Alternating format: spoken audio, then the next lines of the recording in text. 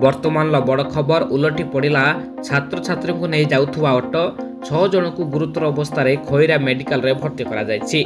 सूचना अनुसार बालेश्वर जिला खैरा अंचल कुरुंठा कलिया और गंडीबेड़ ग्राम 6 जन आदर्श विद्यालय छात्र छात्री मानक नहीं एक ऑटो अर्जुनपुर स्थित आदर्श विद्यालय को ट्यूशन हेबाकू जाउथला बेले सुरकुपर रास्ता कुचियाकोली ठारे ऑटोटी भारसाम्य हराई रास्ता तलक उलटी पड़ता, जहा फल स्थानीय लोक मैंने छात्र छात्री मानक संगे संगे उद्धार करी खैरा मेडिकल रे भर्ती करथिले। सेठारे छात्र छात्री चिकित्सा जारी रहितला बेले पिला माने सुस्थ थिबा सूचना मिलिछि।